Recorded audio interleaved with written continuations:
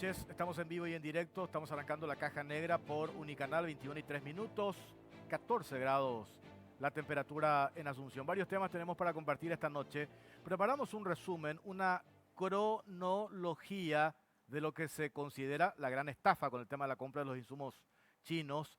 Paso a paso, el grado de responsabilidad en esta historia. Después vamos a hablar con profesionales médicos. ¿Y ahora qué? ¿Qué es lo que se viene después de este bochorno por parte de las autoridades del Ministerio de Salud? Hoy estuvieron fiscales, Osmar Legal, Diego Arzamendia, Francisco Cabrera, llegaron hasta la sede del Ministerio de Salud, se incautaron de documentos que tienen que ver con esta compra de 85.000 millones de guaraníes, casi 14 millones de dólares. Se incautaron también parte del circuito cerrado en el marco de esta investigación.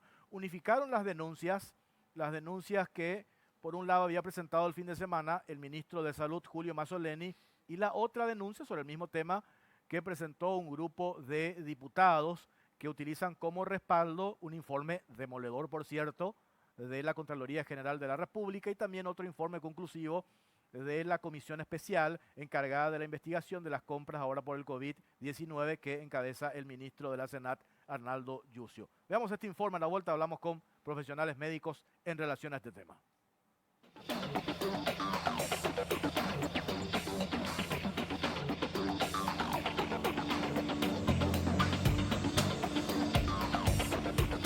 Cronología de la gran estafa, la compra de los insumos chinos paso a paso.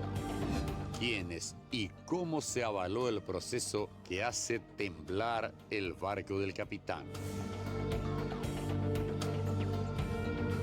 El Ministerio de Salud adjudicó hace casi 2 meses los 2 primeros contratos para la compra de insumos de emergencia con el objetivo de combatir el avance del COVID-19 en nuestro país. Se gastaron cerca de 14 millones de dólares de un fondo de 500 millones sin que hasta ahora podamos tener asegurados los insumos de bioseguridad necesarios para los médicos. El proceso de compra de insumos médicos, que terminó siendo finalmente rechazado en un 100%, tuvo un largo proceso antes de llegar al rechazo.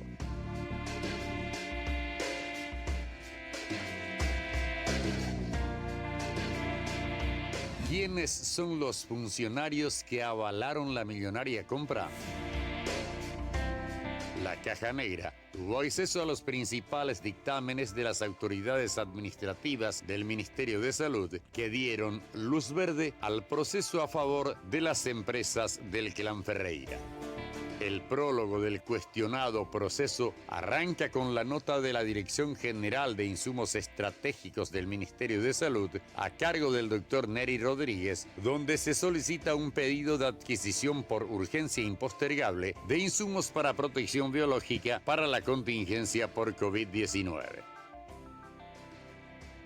La nota de la Dirección de Insumos Estratégicos sirvió de base para fundamentar el dictamen 382-2020 de fecha 31 de marzo del 2020 de la Unidad Operativa de Contrataciones. El documento fue remitido por parte del abogado Pablo Lescano, a cargo en ese entonces de la Unidad de Contrataciones, a la Dirección General de Administración y Finanzas, a cargo de Alcides Velázquez. En este documento se hace referencia a la acreditación del supuesto de excepción de la contratación por vía de excepción para la adquisición urgente de insumos y camas para el COVID-19. Es decir, se habilita la compra por vía de la excepción, justificando la urgencia impostergable. El documento lleva la firma de los abogados Elías Agustín Fernández y Marcos Jiménez, abogados de la Dirección Operativa de Contrataciones del Ministerio de Salud. Al día siguiente, el 1 de abril, a las 8:30 horas, se realiza la apertura de sobres. Presentan sus ofertas 3 empresas, 2 de las cuales están vinculadas al empresario Justo Ferreira, Eurotec Sociedad Anónima e Insumos Médicos Sociedad Anónima. Ese mismo día se emite el dictamen favorable del comité evaluador, donde se recomienda la adjudicación de 2 contratos a las empresas del clan Ferreira.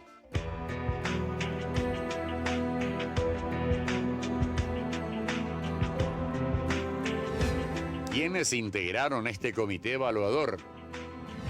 El abogado Diego Sosa, representante de la Asesoría Jurídica de la Dirección General de Administración y Finanzas. El abogado Pedro Adrián, representante de la Asesoría Jurídica de la Administración General de Administración y Finanzas. La ingeniera Mirna Morán, representante de la Dirección Biomédica de la Dirección de Insumos Estratégicos. Ingeniero Gustavo Codas, representante de la Dirección Biomédica de la Dirección de Insumos Estratégicos. Doctor Agustín Portillo, representante de la Dirección General de Gestión de Insumos Estratégicos. Química Farmacéutica Laria Ginés, representante de la Dirección General de Gestión de Insumos Estratégicos.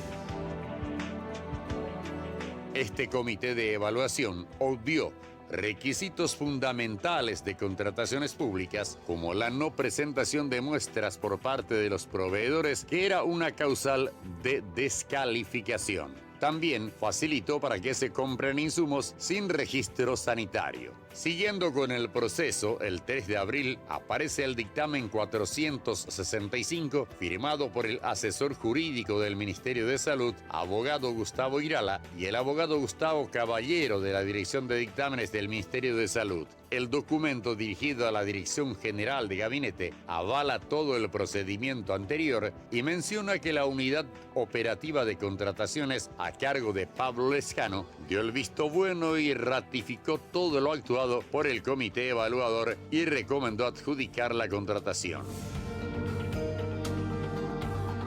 En la resolución 465 se considera que se hayan reunidos los requisitos establecidos en la ley para suscribir el proceso de resolución por la cual se acredita el supuesto de excepción, la urgencia impostergable, se ratifica lo actuado por el comité evaluador y se adjudica la contratación. Este dictamen, dirigido al gabinete del ministro Julio Mazzoleni, sirve de base para firmar el contrato por 85.000 millones de guaraníes con las empresas del Clan Ferreira. La Ley de Contrataciones Públicas, en su artículo 27, establece de forma taxativa las responsabilidades que asumen los funcionarios que integran el comité evaluador. El comité evaluador, bajo su responsabilidad y con absoluta independencia de criterio, evaluará las ofertas y emitirá un dictamen que serviría como base para la adjudicación.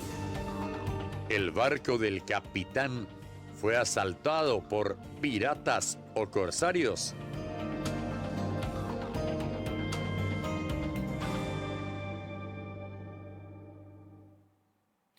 Yo no sé si ahora, después de esta conferencia de prensa que dio el ministro Mazzoleni, podemos coincidir en voltear la página y seguir adelante, porque esto ya está en manos del Ministerio Público. Les decía al inicio, fiscales que ya llegaron incluso hoy al Ministerio de Salud, se incautaron de toda la documentación y podemos sostener que estos tres profesionales, agentes fiscales, van a hacer la investigación y determinar el grado de responsabilidad en toda esta historia. Doctor Lilio Irala, Sindicato Nacional de Médicos, ¿cómo le va? Buenas noches. Realmente es un placer de vuelta estar, Jorge, con ustedes, con el compañero Jesús Irrazábal, analizando un poco este bochorno, este fiasco del cual somos testigos y que realmente resulta, por lo menos, realmente penoso y triste para la realidad en la que se desenvuelve nuestro servicio de salud pública, entre necesidades, entre precariedades históricas y en un estado tan delicado y en una situación tan sensible como es el de una pandemia para el que seguimos sin estar preparados para enfrentar más de 70 días después de haberse declarado una cuarentena, supuestamente con uno de los argumentos principales de que teníamos que munirnos de insumos y de que teníamos que mejorar nuestra infraestructura y que teníamos que mejorar varias cosas como para poder enfrentar un escenario peor que hasta ahora, por suerte y por gracia de todas las fuerzas comunitarias y probablemente universales, sigue siendo el mejor para nosotros. Doctor Jesús Irrazábal, secretario del Sindicato de Profesionales del Hospital Nacional de Itagua, también nos acompaña esta noche. ¿Qué tal, doctor? Muy buenas noches, muchas gracias por la invitación.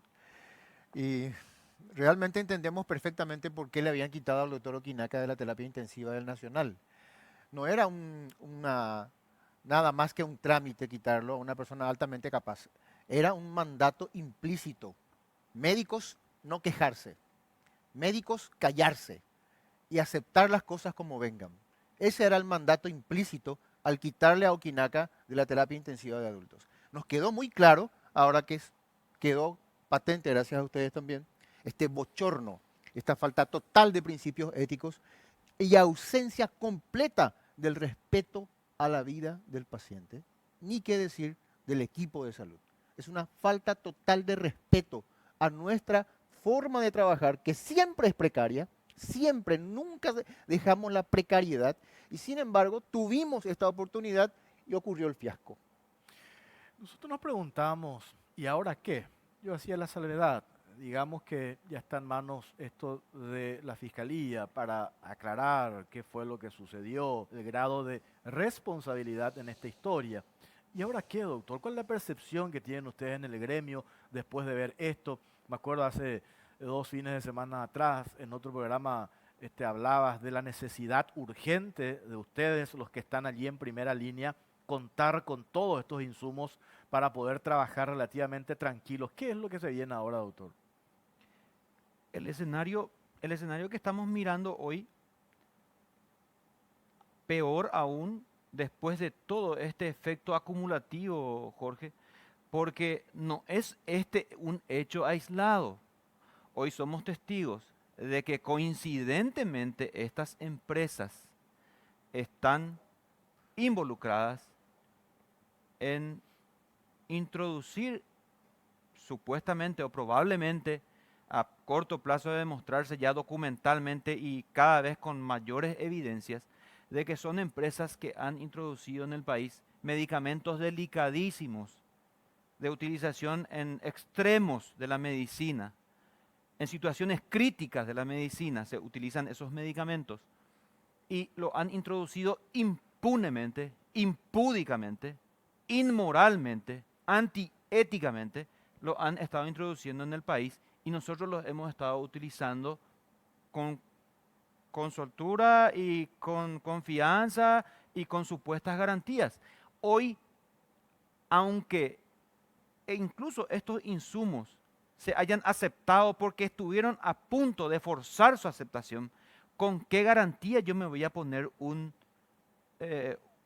tapabocas? ¿O con qué garantía o con qué confianza yo me voy a poner un chaleco que me pasen?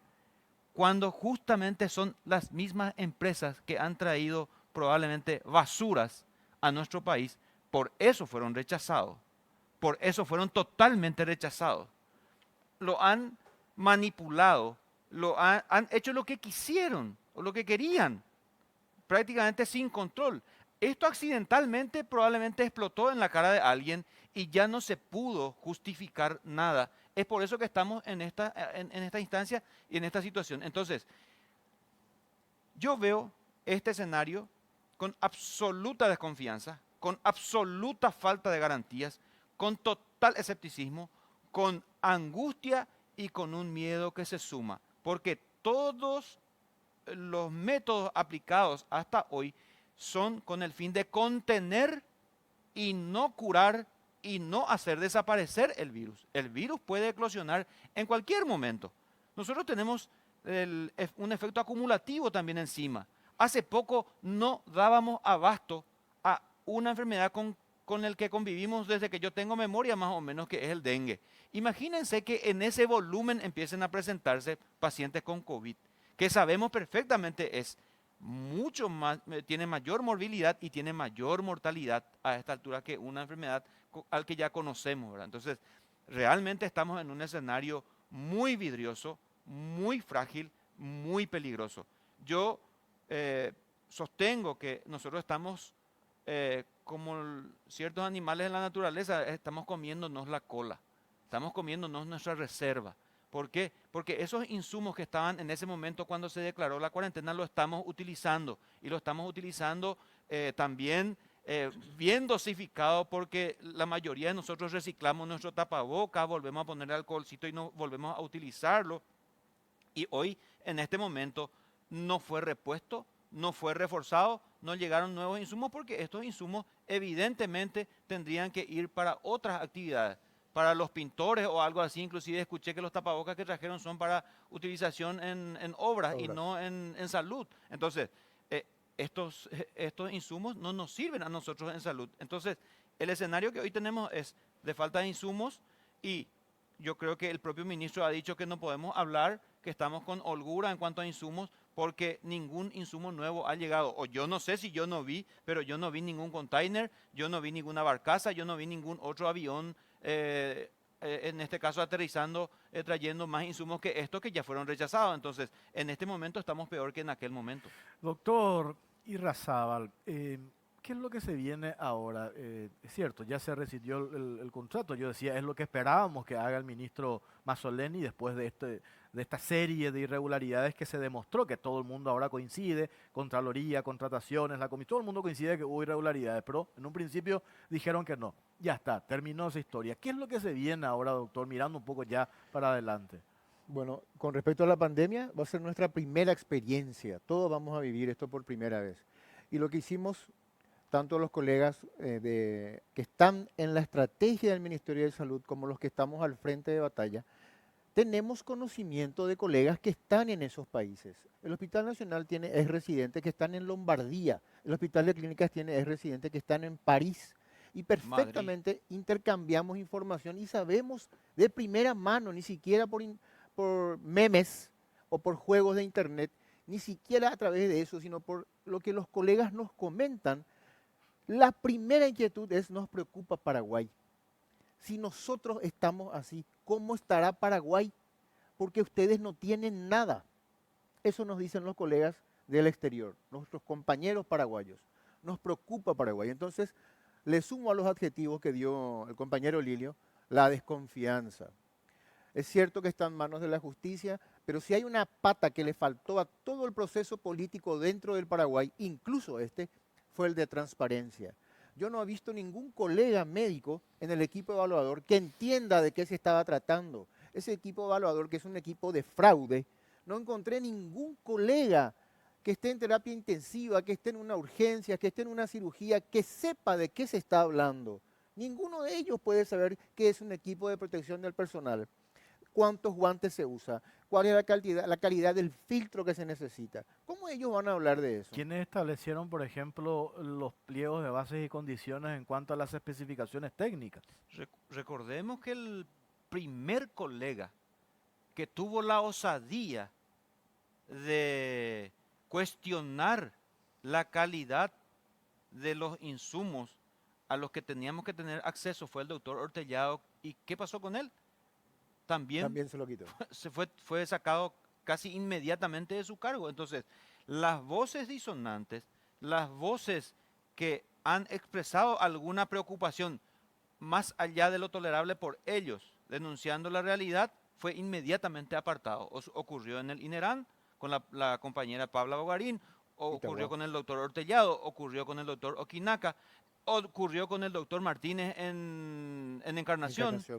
Entonces, hay otras personas a las que lastimosamente probablemente no pudieron simplemente tocar, por eso seguimos en nuestros puestos, ¿verdad? Porque probablemente ya nos hubieran pegado alguna patada también si es que estuviéramos en otros tiempos, ¿verdad? El domingo en Caro Cruz, el doctor Portillo, Juan Carlos Portillo, el viceministro, nos decía, Sí, lo conocemos. ahora con la apertura, con esta cuarentena inteligente, Paraguay se está, digamos, comportando comparando con otros países, como si fuese que nosotros ya alcanzamos el pico y ya estamos de salida, en una etapa descendiente.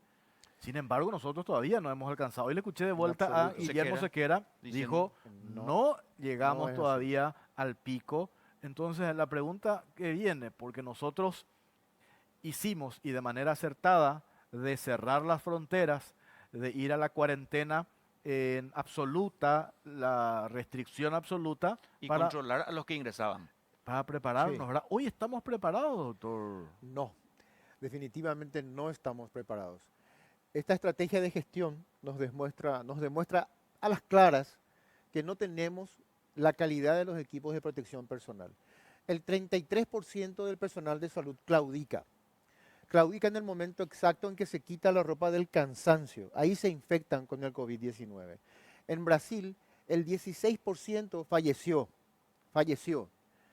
de los que estuvieron plenamente en contacto. O sea, es un porcentaje altísimo. En Paraguay, yo pregunto y todos saben la respuesta.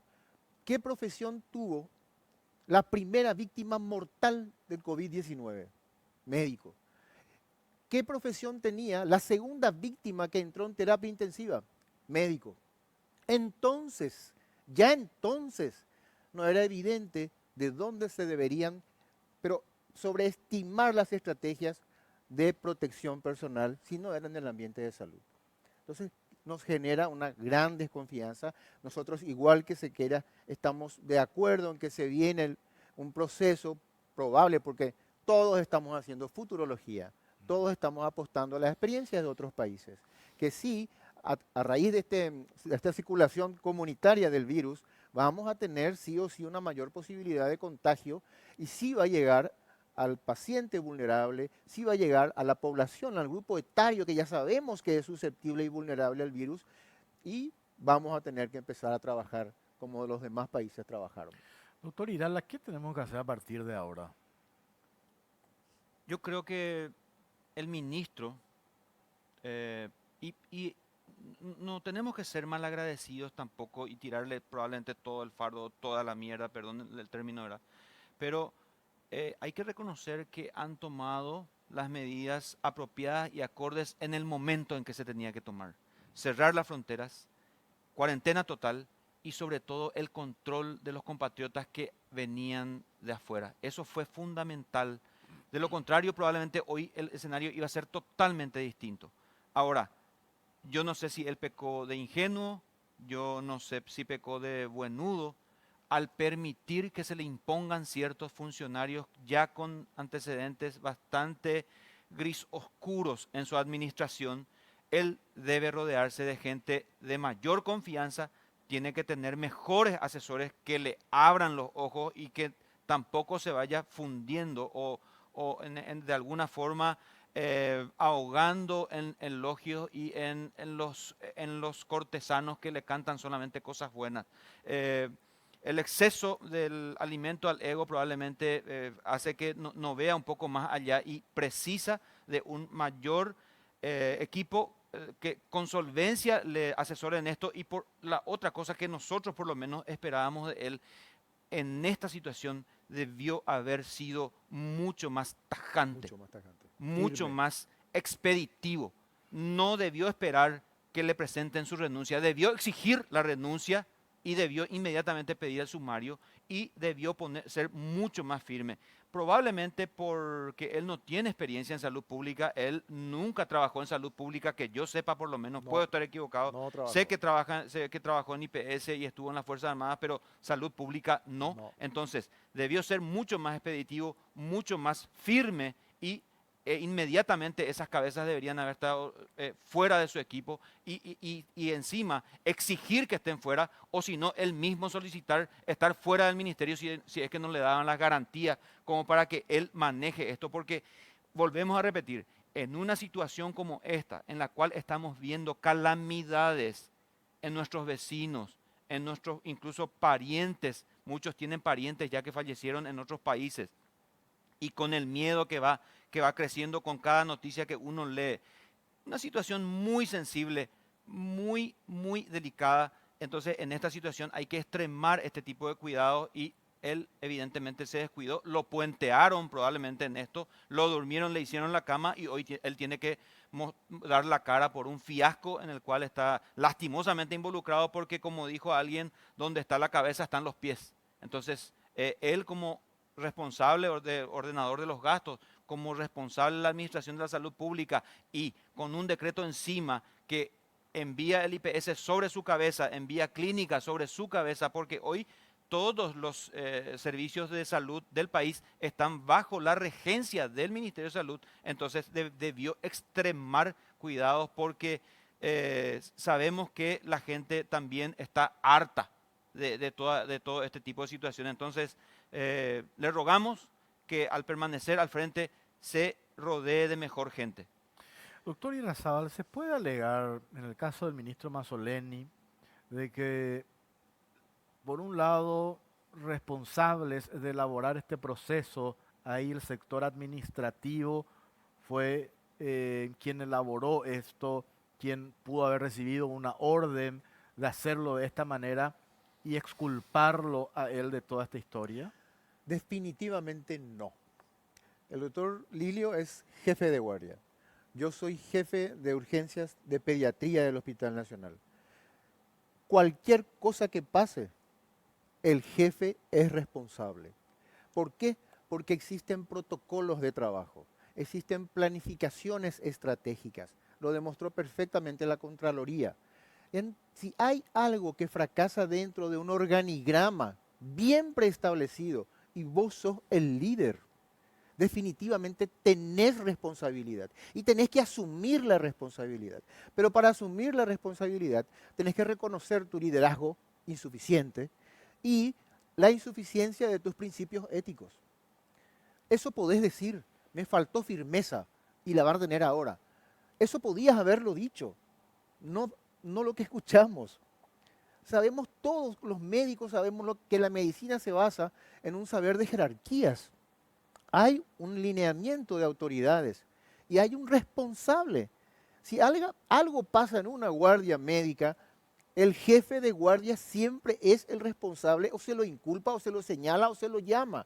Y hay que asumir la responsabilidad. Hay que tener la madurez política de asumir la responsabilidad.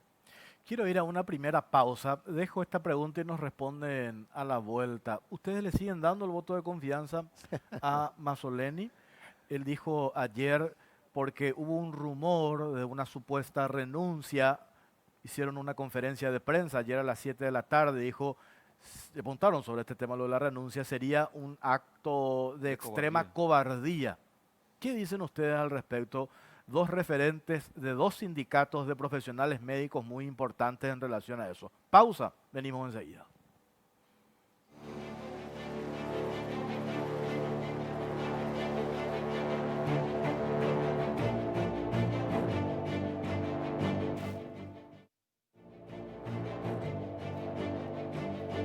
Seguimos en la caja negra, estamos en vivo y en directo. Antes de responder a esa pregunta que les hice, doctor, quiero dejar más hacia el final eso.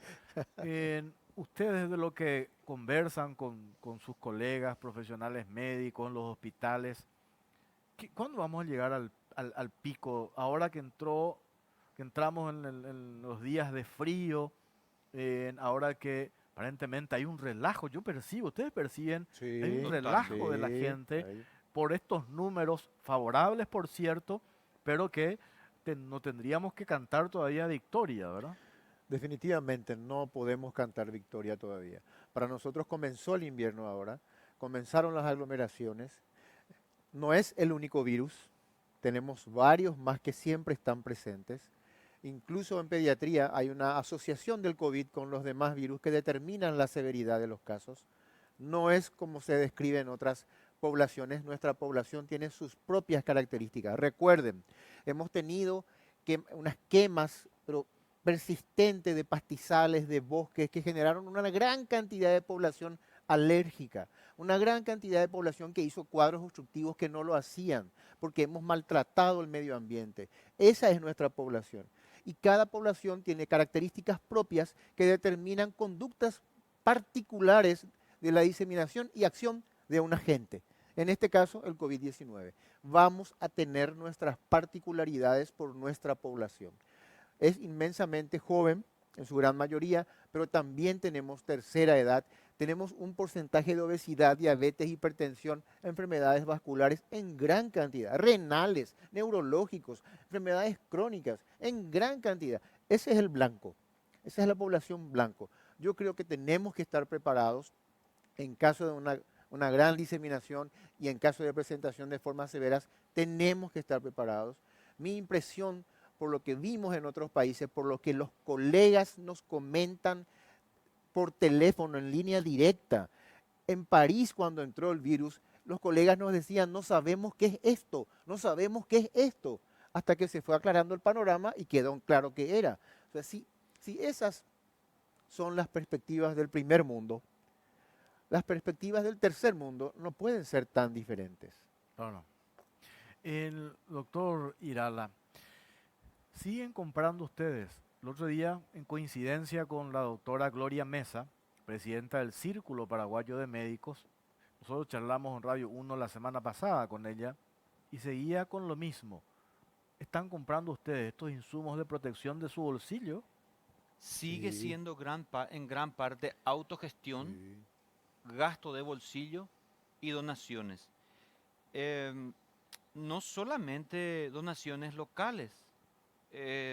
Yo creo que todos fuimos testigos de que una vez más Taiwán, como nuestro gran mecenas, envió de vuelta tapabocas porque nosotros todavía no podemos conseguir tapabocas con alguna garantía. Otra vez más, nosotros como los pobrecitos mendicantes, ¿verdad? Que tenemos que estar recibiendo eh, estas donaciones, estas dádivas de otro lado. Y a uno le da mucha lástima y mucha pena porque en teoría tenemos dinero para comprar. Y teníamos la brillante oportunidad de hacer una compra inclusive histórica y de munirnos inclusive de infraestructura y de insumos de calidad para la gente. Pero hoy otra vez uno mira para un lado, mira para el otro y no tiene la explicación adecuada para la situación.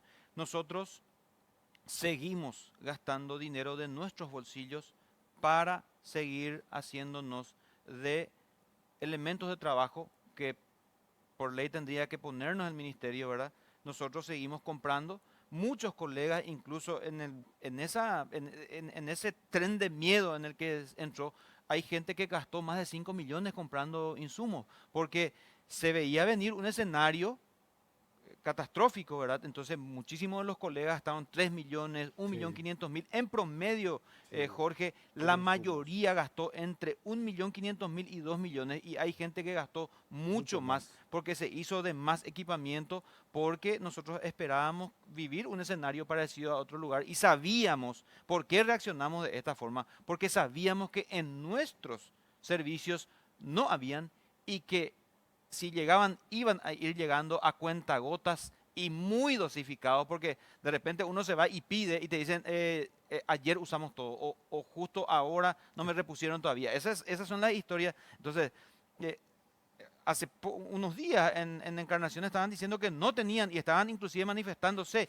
inclusive forzaron una reunión interpares para poder analizar la situación porque no tenían insumos. Entonces, no podemos negar que aquí seguimos en las ollas populares también para los insumos, en las polladas pro insumo o en el pro bolsillo pro insumo para tratar de protegernos porque no podemos sentirnos protegidos por la institución, la magna institución, la madre nuestra en este caso, en salud. No podemos sentirnos con garantía ni protegidos porque ni ellos controlan había sido lo que se mete aquí, no solamente en carretilla, aquí se mete en aviones de gran envergadura por toneladas y había sido nadie lo miraba con atención ni nadie le prestaba la debida importancia. Sí, vuelvo a repetir esto y podemos sonar repetitivos y no importa. Si medicamentos de tanta delicadeza y de tal importancia y de tal crucial impacto en lugares críticos metían desfachatadamente, imagínense lo que son equipos de protección o tapabocas. Les calienta 3 carajos la vida nuestra y la vida de nuestra gente. Así Esa mismo. es lastimosamente la sensación que Así hoy mismo. yo tengo. Y hasta le digo, a mí no me importa a veces ser grosero, pero les importa un puto carajo nuestra vida y la vida de nuestra gente. Esto está dejando en evidencia de que se ha estado dejando sistemáticamente de dar importancia a la seguridad del personal de salud. Se los ha estado descuidando sistemáticamente porque muchos de los insumos, de hecho, Jorge, nosotros tendríamos que estar utilizándolo nomás luego de rutina antes de la pandemia y no lo utilizábamos porque no lo teníamos. Entonces, esto está demostrando que estamos desprevenidos en esto. no estamos protegidos por quienes deberíamos estar protegidos, de forma imprudente. Y nos arriesga no solamente a nosotros, sino a la gente, porque los principales focos, si uno ve la tabla de dónde es que más gente se infecta y dónde más se distribuye el virus, nosotros estamos a la cabeza, los hospitales. Claro. Cuando los hospitales se conviertan en centros donde van, nosotros hoy tenemos pacientes en los albergues controlados y básicamente como ganados metidos en un corral y no salgan de acá porque esto puede ser malo. Entonces, cuando ese foco por ahí llegue a algún hospital, cuidado. Dijiste hace rato, doctor Irrazábal, cómo es que no se tuvo la presencia de profesionales médicos a la hora de determinar las especificaciones técnicas de lo que exactamente se tuvo que haber comprado. Y ahí mi pregunta es la siguiente. Hay un director de insumos Sí, señor. estratégicos, el Sí, doctor señor. Neri Rodríguez, que entre señor. paréntesis, varios funcionarios salieron a dar la cara. Sin embargo, el doctor Rodríguez está callado, no lo he escuchado por ningún lado. Mira, de varios personajes, porque no son personalidades, que se encuentran dentro de este ministerio, Neri Jeremías Rodríguez es uno de los que es más, pero mucho más repudiado por el gremio médico. Repudiado. Repudiado. ¿Por qué? En varias oportunidades, cuando nosotros nos reuníamos, el equipo de terapia intensiva se reunía con él para decir, necesitamos insumos, necesitamos que se despliegue de alguna forma el presupuesto para que se compren los insumos. Él se paraba y decía, no van a tener los insumos y van a sufrir hasta el mes de marzo. Eso es, no me importa. Eso es, no me importa. Y no puede ser que si un equipo, que es tu equipo, te está diciendo que necesita sus insumos, vos no hagas lo exagerado para conseguir los insumos. Entonces, esa es nuestra historia con Neri Jeremías. Es profundamente detestado. No lo queremos. Nos parece insuficiente en el cargo. No lo queremos. Definitivamente no ha dado muestra como ya ves, en el comité evaluador debería haber estado él o un asesor, que hay muchísimos, en el país tenemos ingenieros de medicina laboral, bien titulados y graduados, que perfectamente entienden de seguridad laboral. Se le podía haber convocado para que participen del comité evaluador, pero no lo hizo. ¿Por qué? Porque es muy probable que la soberbia y las ganas de tener otra forma de solventar la soberbia es lo que haya dominado el panorama. Y no el interés por las personas. Una cosita que quiero recordar. No es solamente el mandato de quédate en casa.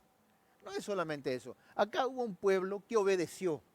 Acá hubo unas madres que hicieron ollas populares y que se quedaron para que la gente se quede en su casa. Hubieron jóvenes y adolescentes que se quedaron en sus casas, que no se escaparon.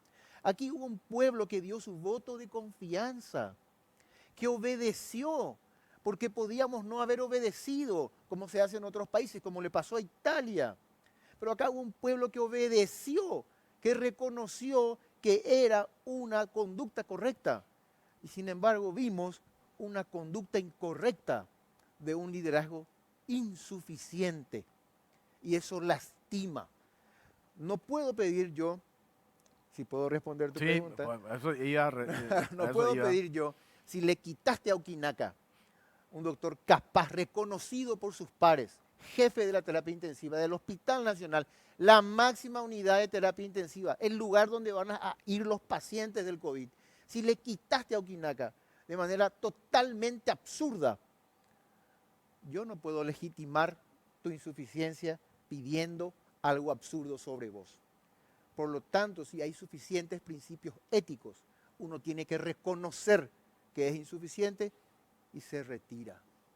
¿Usted considera que Mazzoleni tiene que retirarse del cargo? Tiene que reconocer principios éticos.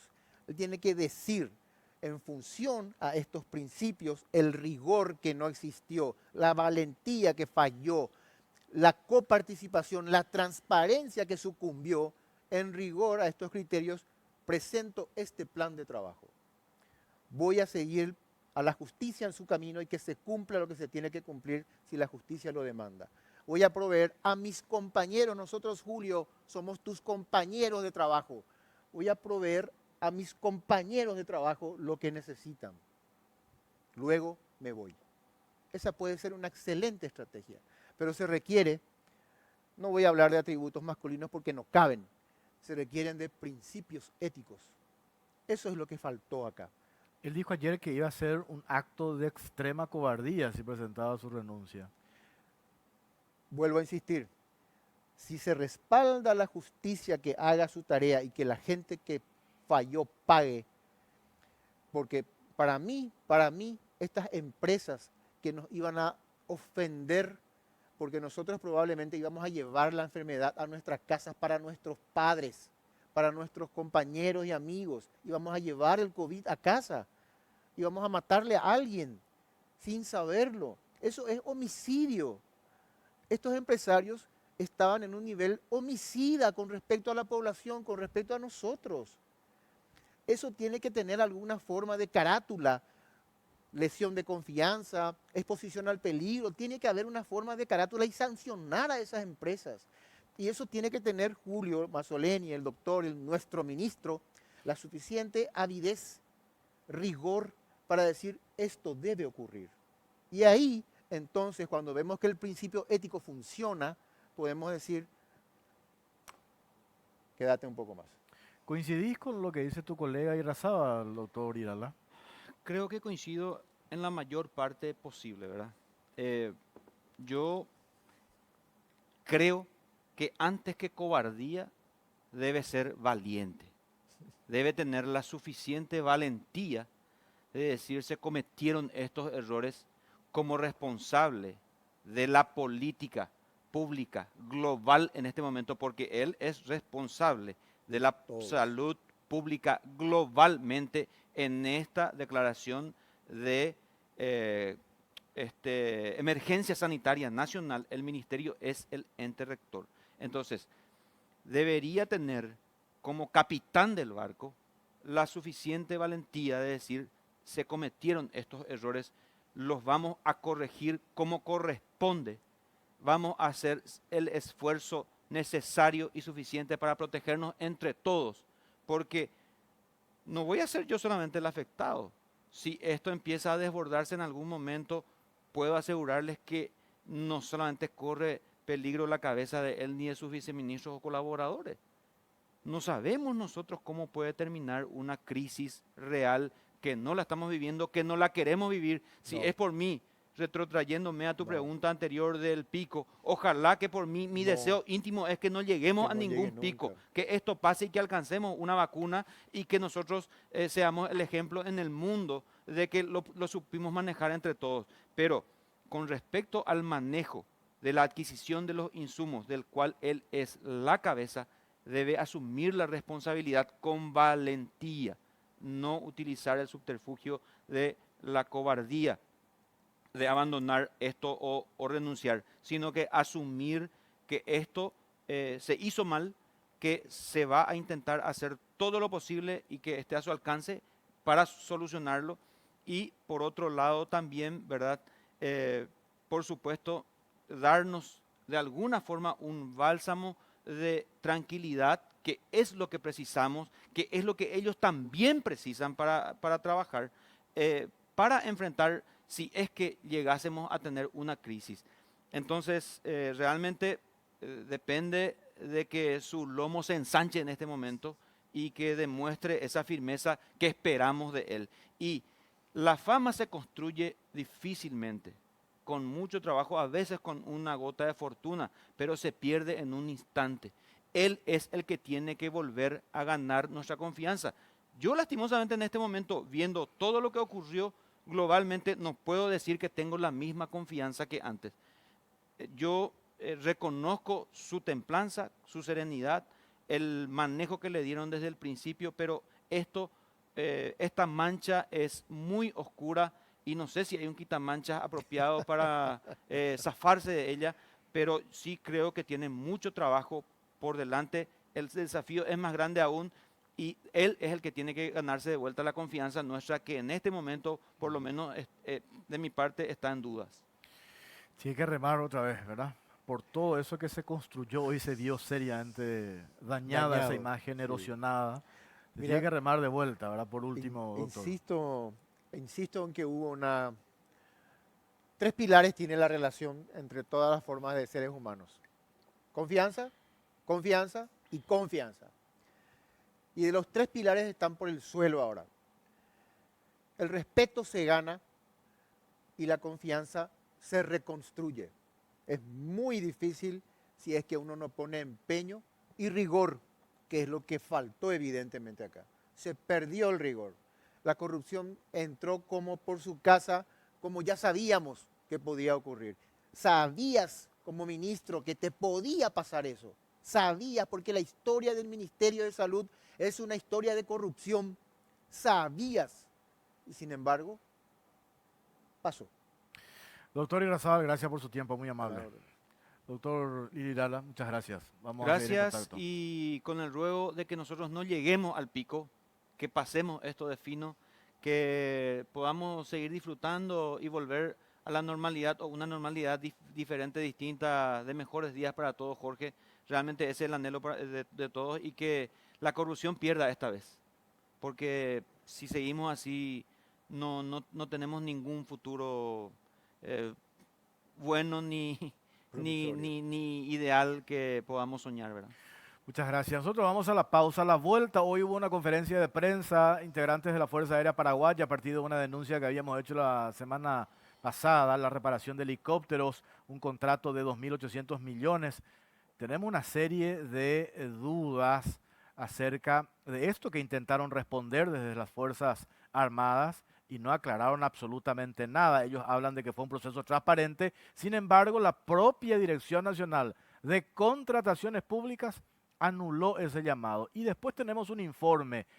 ¿Por qué no está funcionando las clases virtuales en las escuelas y colegios en este tiempo de pandemia que está insistiendo el Ministerio de Educación y Ciencias? El año pasado, el gobierno, a través del MITIC, invirtió 12 millones de dólares para una red de fibra óptica. Eso hoy no funciona. ¿Por qué? A la vuelta de la pausa.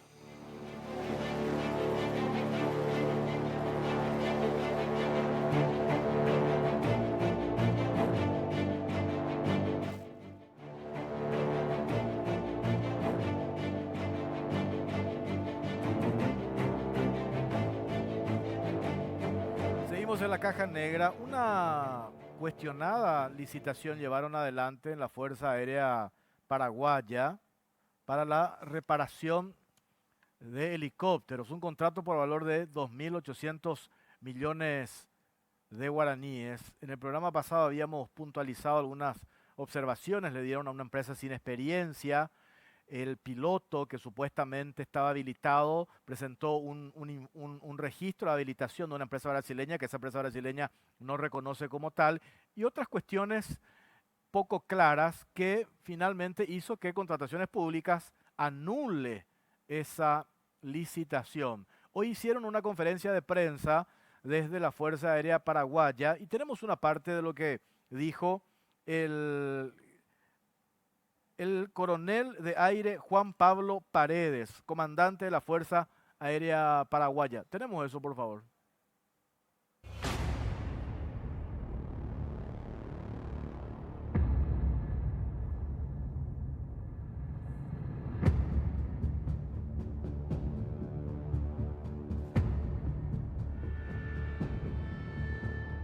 Este proceso, como bien saben ustedes, está siendo atacado en medios de prensa, en algunos medios de prensa por artículos de que está colmada de irregularidades, de que está colmada de hechos que no se apegan a la normativa. Son falsas, estamos convencidos, estamos seguros de que este proceso está totalmente transparente y con apego a las normativas, como dicen. En algunos artículos hablaban de las groseras irregularidades, una desdibujada licitación y falsificación de documentos, que realmente me gustaría que sean informaciones que puedan ser respaldadas con documentaciones, que sean respaldadas, que sean responsables. Nosotros aquí vamos a exponer el proceso con documentos. La FARC, la Fuerza Aérea, demostrará la legalidad de este proceso. Y como es usual, nosotros estamos a disposición de los entes de control.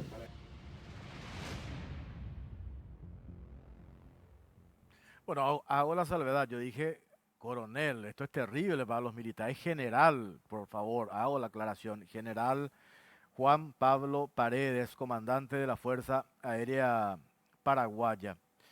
El general dice, nosotros nos apegamos a lo que establece la normativa para hacer esta licitación. Reitero, por algo, contrataciones públicas, no por un capricho ni por una denuncia periodística, decidió anular el proceso. Anula contrataciones porque encontraron enormes o una serie de irregularidades en este proceso.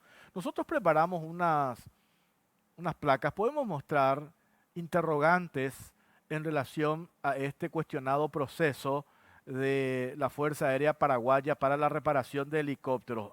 A ver, experiencia en el rubro, siendo una norma y práctica de contrataciones públicas, la exigencia de demostrar legitimidad en el rubro, también capacidad técnica, facturación del oferente paraguayo. La pregunta que hacemos es, ¿por qué en este llamado se eliminaron todas las exigencias de la empresa local? Esto obviamente permite que cualquier empresa de maletín cotice cualquier servicio al Estado. Lo otro, precio referencial. Otra consulta que le hacemos a los integrantes de la Fuerza Aérea Paraguaya. ¿Por qué, habiendo sido consultado por el sistema de protestas de la DNSP, la conformación del precio referencial, la Fuerza Aérea se ha negado de dar transparencia de la conformación del proceso referencial? Pero, sin embargo, en su evaluación de las ofertas, justifican que han tenido varias cotizaciones. Otro punto tiene que ver con la autorización del fabricante. Siendo esta una exigencia del pliego, ¿por qué la Fuerza Aérea ha adjudicado a una empresa de maletín que no posee ninguna autorización del fabricante? Otro punto, autorización de Campo Ende, que es la empresa brasileña, siendo exigencia del llamado la autorización de varias empresas que realizan trabajos específicos y habiendo sido comunicado la negación de participación de empresas citadas en la oferta adjudicada de Aeropartes, ¿por qué? Inclusive que una de las empresas, la empresa brasileña, niega haber dado una autorización a la firma adjudicada. El personal de la Fuerza Aérea, sin embargo, aún así ha evaluado satisfactoriamente esta oferta. Procedió a adjudicar, procedió a aprobar, incluso otorgaron el pago del famoso anticipo que se dan en estas licitaciones. Otro punto, pedido de reconsideración a la DNSP. Habiendo sido este proceso anulado por irregularidades por la DNSP, anulado por irregularidades, hasta alegaciones de falsificación de documentos hubo. Y la pregunta es, ¿por qué la Fuerza Aérea ha procedido a ratificar enteramente su evaluación, haciendo caso omiso a las denuncias presentadas en la DNSP, en la Contraloría, incluso también en la Fiscalía? Otro punto, lugar de ejecución de los trabajos. Este es un tema clave también. Siendo usual la exigencia que los contratistas tengan sede, talleres, base de operaciones, infraestructura acorde al contrato y al ramo, ¿por qué la Fuerza Aérea solicita que los trabajos del llamado sean efectuados en sus dependencias? Esto permite que una empresa de maletín totalmente sin estructura, personal, etcétera, pueda ejecutar un contrato de 2.800 millones de guaraníes sin ni siquiera demostrar ninguna capacidad. Y seguimos con las dudas. Personal de la firma adjudicada.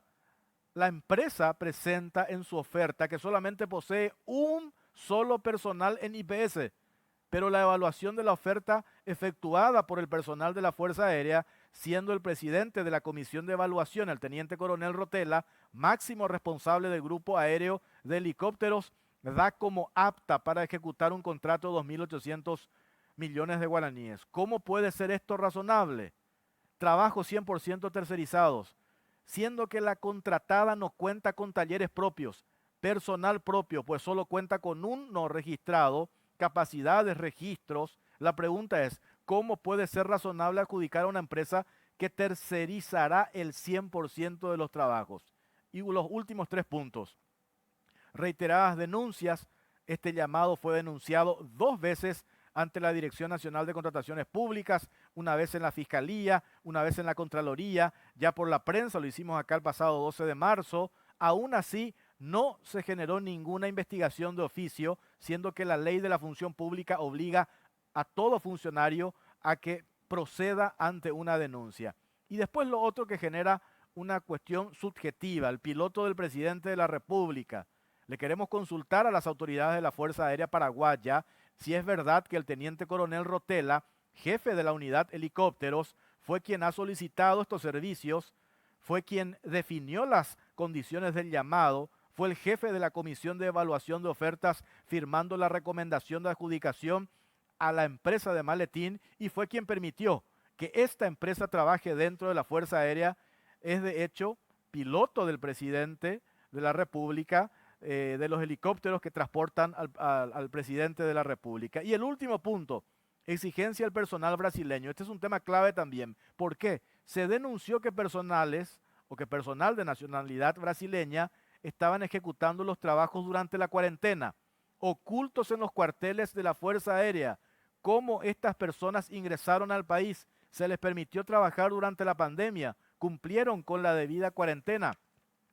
Interrogantes que le dejamos a las autoridades de las Fuerzas Aéreas Paraguayas que respondan. Hoy hicieron una conferencia de prensa con la intención de responder y señalar de que supuestamente se hizo todo dentro del marco de la legalidad. Y reitero, la propia Dirección Nacional de Contrataciones Públicas decidió anular este proceso, retrotraer a la etapa de evaluación de las ofertas, que entre paréntesis le dieron a la empresa que presentó la oferta más alta, descalificando a otras empresas que tienen trayectoria, que tienen talleres habilitados para darle a esta empresa que no tiene ninguna experiencia. A lo mejor tiene experiencia en los papeles, pero en la práctica ni siquiera la dirección donde dicen que funciona existe. Aparece un descampado allí sobre frente a la Conmebol, no hay absolutamente nada. Cambiamos de tema.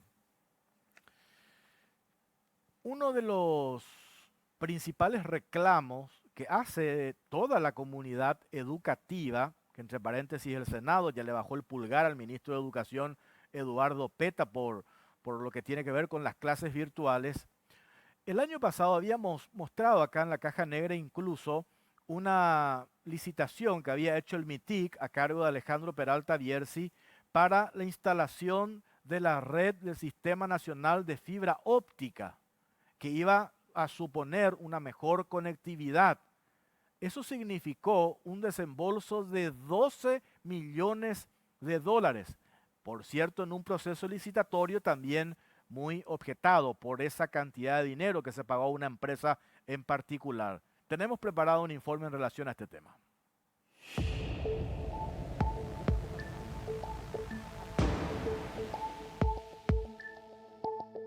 ¿Qué pasó con la red de fibra óptica?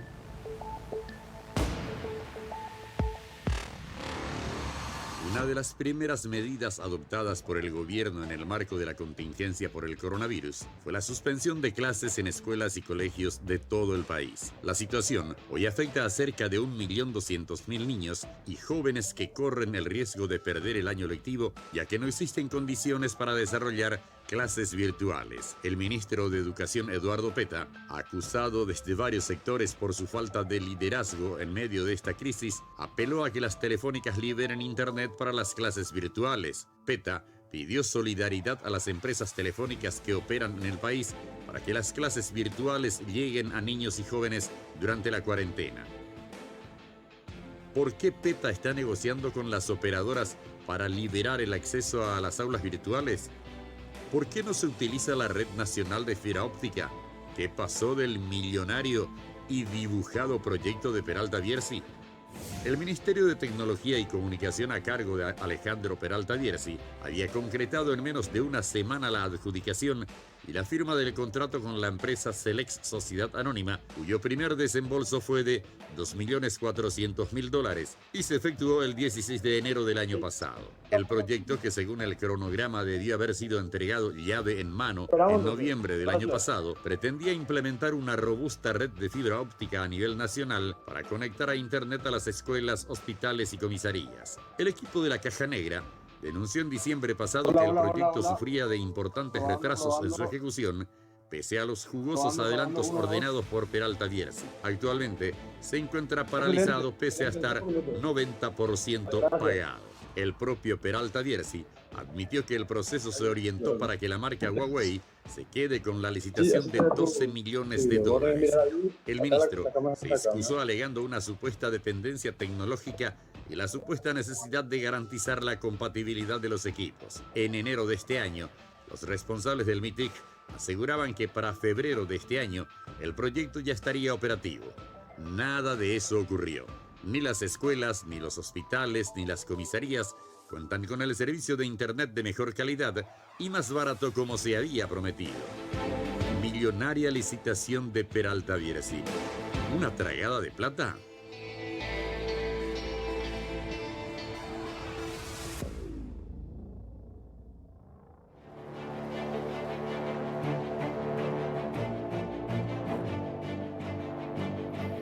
Bueno, seguimos en la caja negra. Los últimos 15 minutos del programa vamos a dedicar al caso que habíamos tocado en uno de los programas anteriores de la caja negra.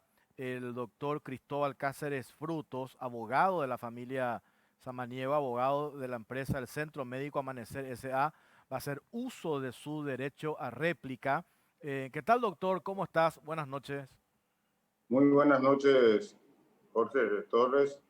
En primer lugar, agradecer la oportunidad, el espacio que tenemos para aclarar algunas cuestiones en el entendimiento y en la inteligencia que yo como abogado y usted como periodista queremos conocer la verdad real y que sea esta la que sea entendida, oída y recibida por la opinión pública. Le aclaro en ese sentido que yo soy profesional abogado del Centro Médico Amanecer, no de la familia de los Samaniego.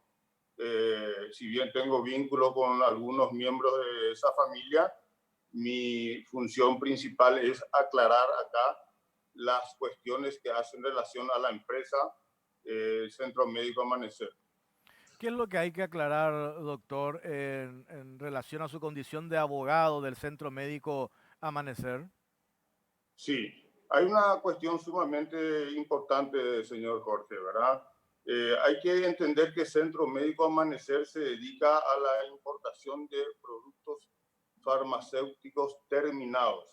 Centro Médico Amanecer no tiene ni tuvo ninguna vinculación con todo el proceso generado por los llamados a licitación a raíz del coronavirus. Es decir, que Centro Médico Amanecer no vendió un tapabocas al Ministerio, al Estado, al Ministerio de Salud, ni a alguna empresa farmacéutica.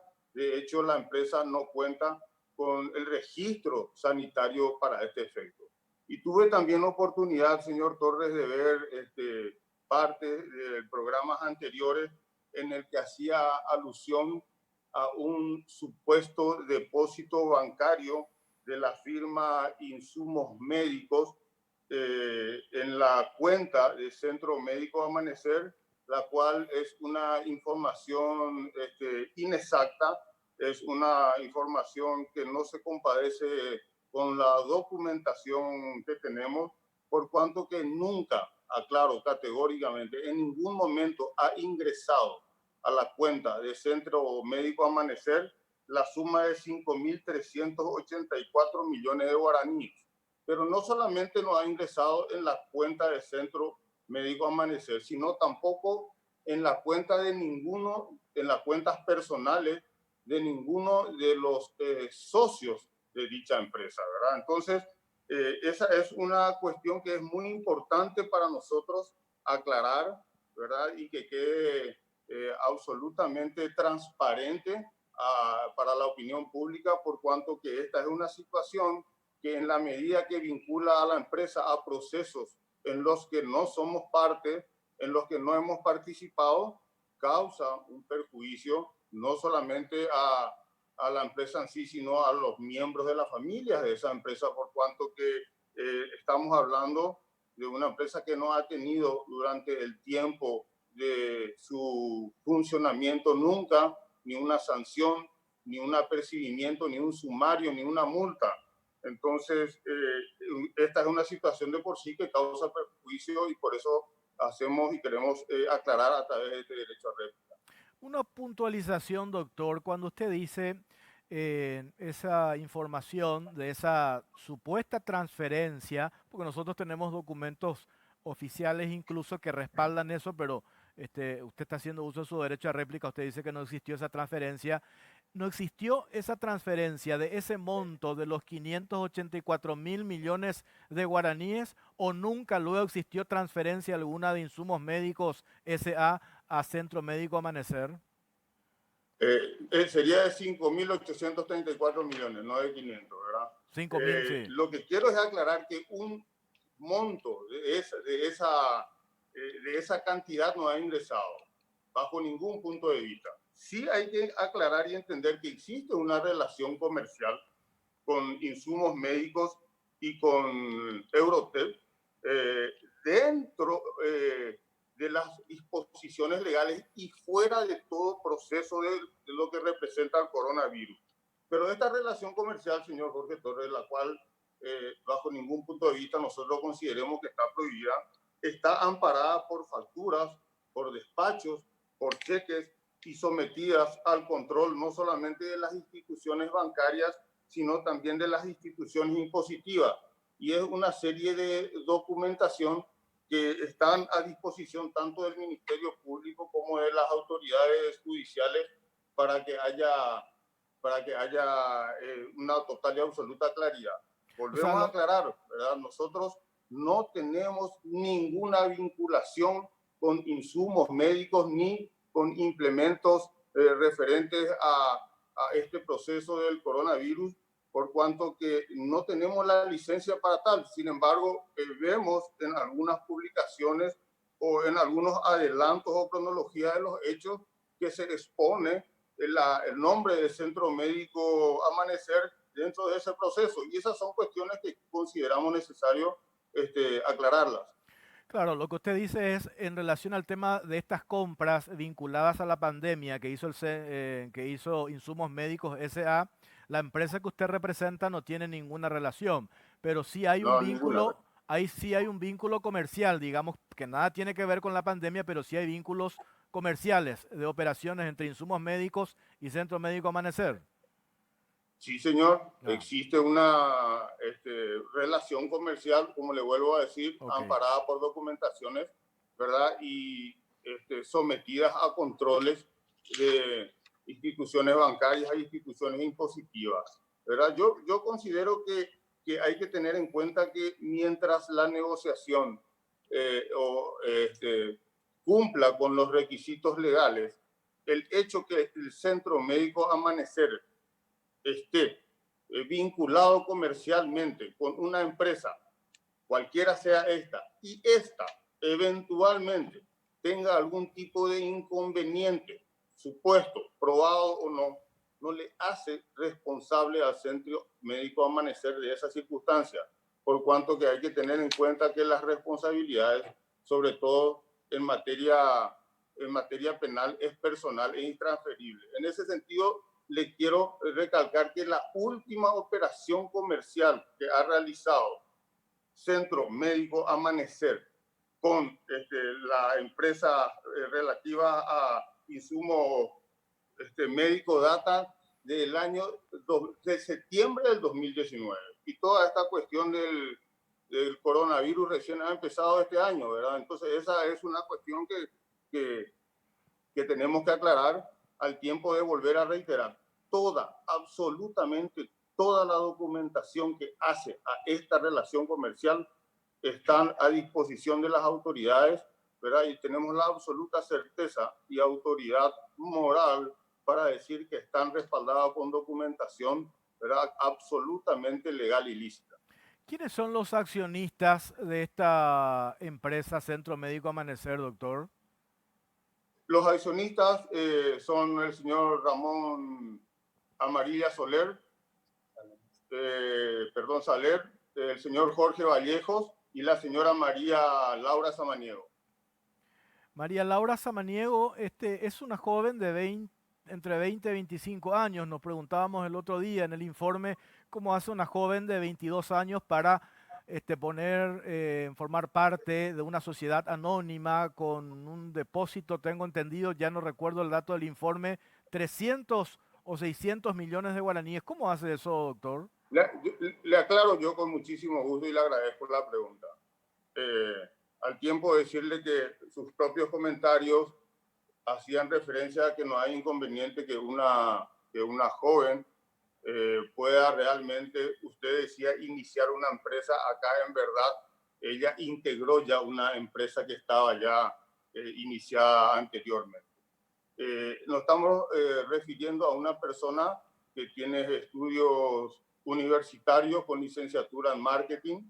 Nos estamos refiriendo a una persona que ha realizado capacitaciones y cuestiones de competencia en distintos rubros con promedio 4,5, egresada del Colegio Cristo Rey.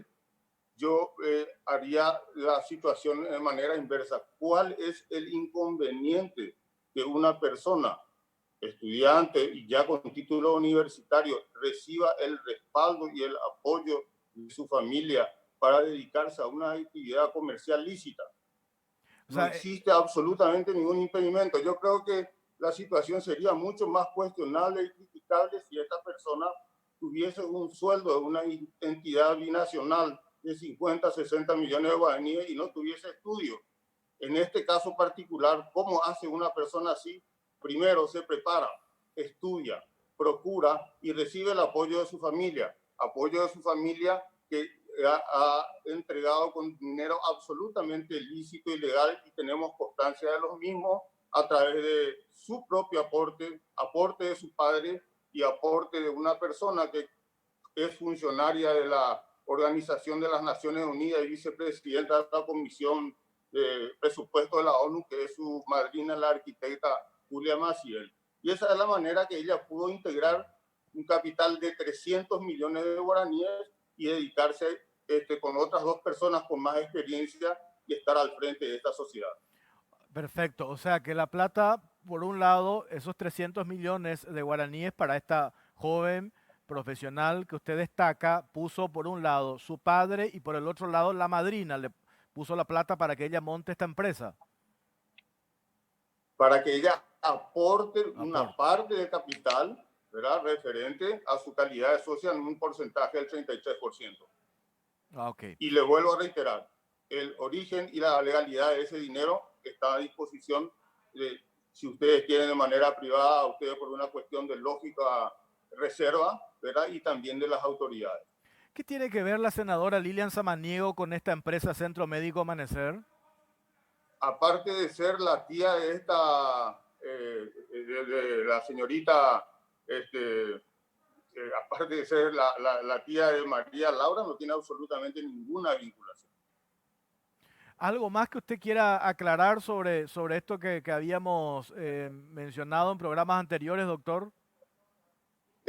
No, nada más. En primer lugar, volver a agradecerle, señor Jorge, y volver a invitarle a usted con absoluto respeto, ¿verdad?, a verificar esa información referente a ese supuesto depósito, ¿verdad? Nosotros, su producción tiene todos mis datos, me pongo a su entera disposición para verificar esa información, al tiempo de asegurarle que no existe dicho ingreso de esa suma, ¿verdad? Le quiero poner absolutamente en claro que no es ningún desafío ni nada, sino, como le decía al comienzo, creo que tanto usted como periodista y yo queremos conseguir y obtener la verdad real. me pongo a su disposición, ¿verdad? Y pongo la documentación al respecto a su disposición para aclarar esa situación. Perfecto. Lo que no coincidimos es en el monto de los 5.000 millones, pero sí coincidimos en que hubo otros depósitos de otros montos, no los 5.000 millones. Es que desde luego no existe impedimento desde el momento que existe una relación comercial lícita a que esas operaciones comerciales sean abonadas. Ujú. Claro, no, por eso, para precisar nomás, lo que sí decimos que hubo otras transferencias, Desde luego. lo que no coincidimos es Otras, en el monto. Que no- exactamente. ya. Otras transferencias, la aclaro, respaldadas por documentación. Ok, perfecto. Doctor Cristóbal Cáceres Frutos, le agradecemos estos datos, este contacto y también usted hizo uso de su derecho a réplica que legítimamente y constitucionalmente le corresponde. Gracias por su tiempo, muy amable. Muchas gracias a usted y a su disposición para cualquier otra aclaración, señor Jorge. Bueno, muy bien, ahí está el abogado Cristóbal Cáceres Frutos. Aclaro, no es abogado de la familia Samaniego, es abogado del Centro Médico Amanecer SA, que habíamos mencionado, el vínculo comercial, que también lo confirma, entre paréntesis, el abogado, entre la empresa Insumos Médicos SA, y ahora hizo uso de su derecho a réplica. Nosotros nos vamos, nos reencontramos el próximo martes, si Dios quiere. Buenas noches.